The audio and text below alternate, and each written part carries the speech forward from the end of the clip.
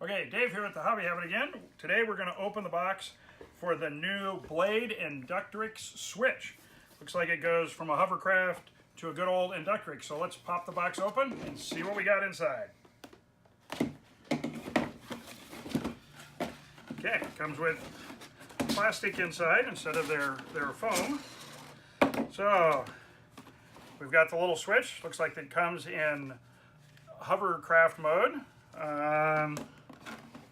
Their good old radio, their 4-channel little radio, 4 batteries for the controller, a single cell USB charger, and a little single cell 150 milliamp battery. And always important, on the bottom, the instructions.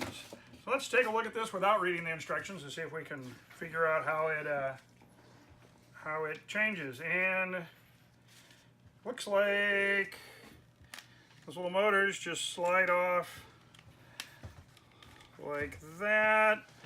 I am not sure.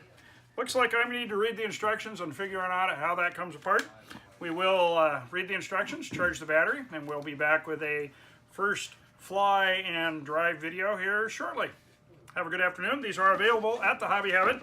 $80, ready to fly or hover.